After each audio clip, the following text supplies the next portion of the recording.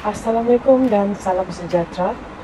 Saya Shaliska binti Sakir, nombor metrik 821111553601. Ini adalah untuk tugasan HBEC 4103, Keselamatan, Kesihatan dan Pemakanan Awal Kanak-kanak, sesi September 2023. Dan keselamatan. Pendekatan holistik memperlihatkan kanak-kanak secara holistik yang merupakan individu yang sehat, mendapat makanan yang mencukupi dan seimbang dan selamat daripada apa jua kecederaan.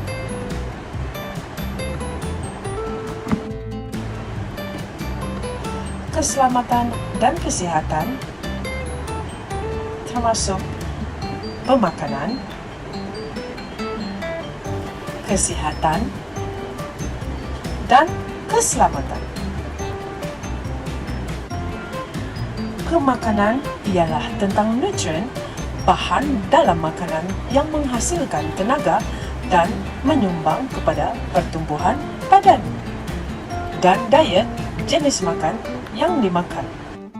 Keselamatan ialah tabiat dan amalan yang dapat mencegah kanak-kanak menimpa kecederaan sama ada di sekolah, luar sekolah, padang permainan termasuk makanan.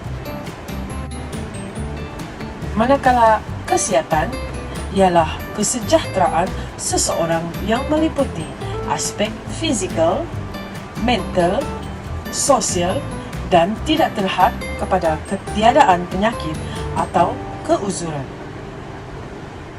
Kenapa kita perlu cuci tangan? Kuman boleh merebak dari seorang individu kepada yang lain atau daripada sentuhan dengan permukaan tercemar jika adik-adik menyentuh mata, hidung dan mulut dengan tangan yang tidak dicuci. Menyediakan makanan atau makan serta minum dengan tangan yang tidak dibasuh akan membuatkan kita sakit. Menyentuh objek yang mempunyai kuman padanya, menghimbus hidung atau batuk, bersin dengan tangan kemudian menyentuh tangan individu lain ataupun sebarang objek. Apa kita nak buat adik-adik? Apa lagi? Jom kita belajar 7 langkah cuci tangan yang betul.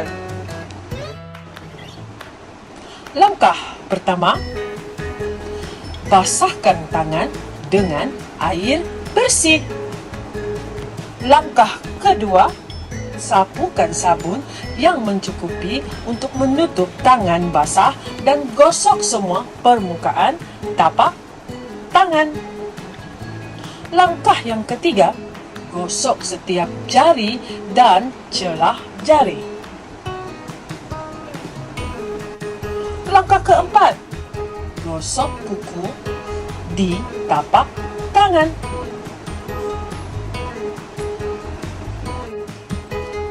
Langkah kelima, gosok belakang tangan. Gosok. Langkah keenam, adik-adik, basuh tangan dengan air bersih secukupnya. Ingat, air bersih.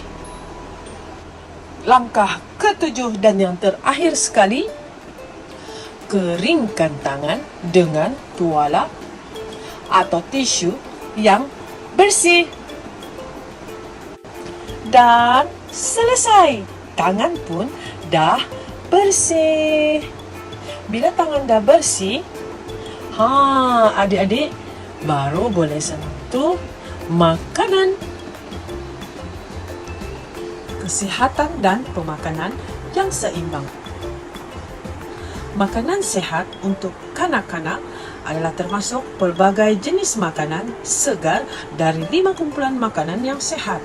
Setiap kumpulan makanan mempunyai nutrien yang berbeza yang diperlukan oleh tubuh kanak-kanak untuk membesar dan berfungsi dengan baik. Itulah sebabnya kita perlu makan pelbagai jenis makanan dari kelima-lima kumpulan makanan. Jom kita lihat apakah 5 makanan itu. Tapak yang di bawah sekali paling penting yaitu buah-buahan dan sayur-sayuran. Buah-buahan dan sayur-sayuran memberi kanak-kanak tenaga, vitamin dan antioksidan, serat dan air. Nutrien ini membantu melindungi kanak-kanak daripada penyakit di kemudian hari, termasuk penyakit seperti penyakit jantung, stroke dan beberapa kanser. Tingkat yang kedua iaitu makanan bijirin, termasuk roti, beras, gandum, bijirin sarapan pagi, pasta, kacang, oat, dan barley. Makanan ini memberi kanak-kanak tenaga yang mereka perlukan untuk berkembang, membangun, dan belajar. Makanan bijirin dengan indeks glisemik yang rendah seperti pasta, whole grain dan roti akan memberikan anak anda tenaga yang lebih tahan lama dan memastikan mereka berasa kenyang lebih lama.